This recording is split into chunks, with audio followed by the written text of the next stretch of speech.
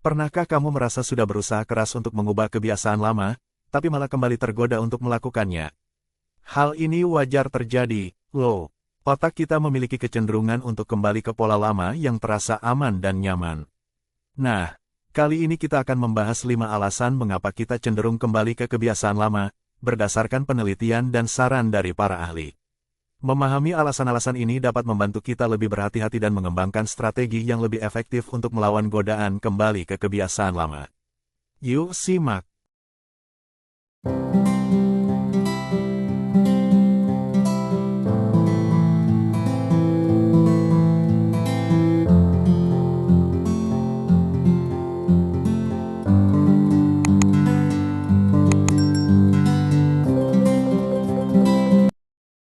Satu, otak, lizard, dan mamal kita. Menurut Triune Brain Model, developed by Paul MacLean, 1990, otak kita memiliki bagian yang disebut dengan lizard brain dan mammal brain. Bagian ini bertanggung jawab atas fungsi vital dan keamanan, serta cenderung mengarahkan kita kembali ke kebiasaan lama di mana kita merasa aman. Otak reptil mengontrol fungsi vital seperti pernapasan, pencernaan, dan detak jantung, sedangkan otak mamalia lebih peduli tentang keselamatan, terus mengawasi bahaya dan membimbing kita kembali ke kebiasaan lama, tempat hidup terasa aman. Ketika terancam, otak mamalia menciptakan emosi yang tidak kita sukai, seperti kecemasan, ketakutan, atau kemarahan, untuk mengarahkan kita menjauh dari bahaya atau membawa kita kembali ke rutinitas lama. Otak mamalia belajar melalui pengulangan, menciptakan jaringan otak yang kuat untuk tindakan yang sering kita ulangi, yang pada akhirnya mengotomatiskan perilaku kita dengan menciptakan kebiasaan. 2. Kebiasaan lama merupakan automatic line. Kebiasaan yang telah kita ulangi berkali-kali menjadi otomatis dan bagian dari sistem bawah sadar kita. Ini menciptakan jaringan neural yang kuat yang memudahkan kita untuk kembali ke kebiasaan tersebut.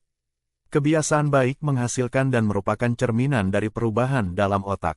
Dengan setiap pengulangan, pola perilaku menjadi lebih otomatis dan menjadi bagian dari sistem bawah sadar kita. Ini adalah proses yang sangat kuat dan seringkali tidak kita sadari, membuat kita kembali ke kebiasaan lama tanpa banyak pemikiran. 3. Stres dan kelelahan. Ketika kita merasa stres atau lelah, kita cenderung kembali ke kebiasaan lama karena ini adalah cara otak kita untuk menghemat energi dan mencari kenyamanan.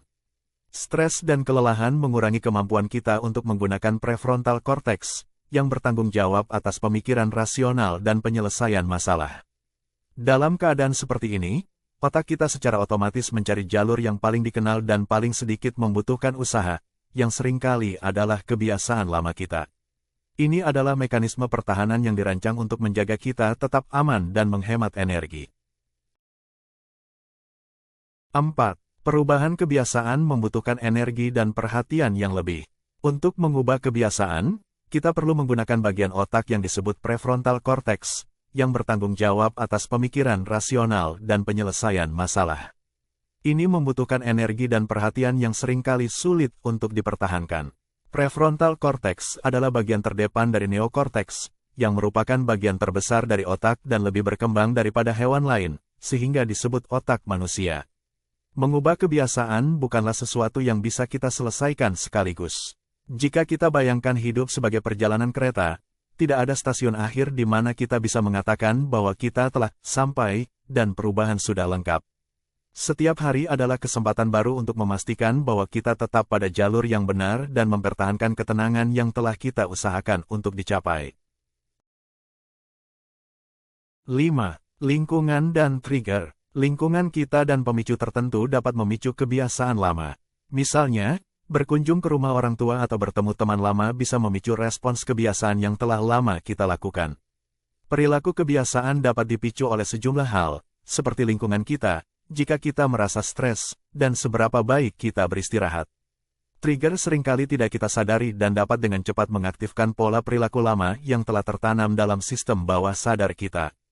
Mengetahui pemicu ini dapat membantu kita mengantisipasi dan mengelola reaksi kita terhadapnya, sehingga kita dapat mempertahankan perubahan yang kita inginkan. Memahami alasan-alasan ini dapat membantu kita untuk lebih berhati-hati dan mempersiapkan strategi yang lebih baik dalam menghadapi godaan untuk kembali ke kebiasaan lama. Dengan kesadaran dan upaya yang tepat, kita bisa mempertahankan perubahan positif yang telah kita buat. Semoga bermanfaat.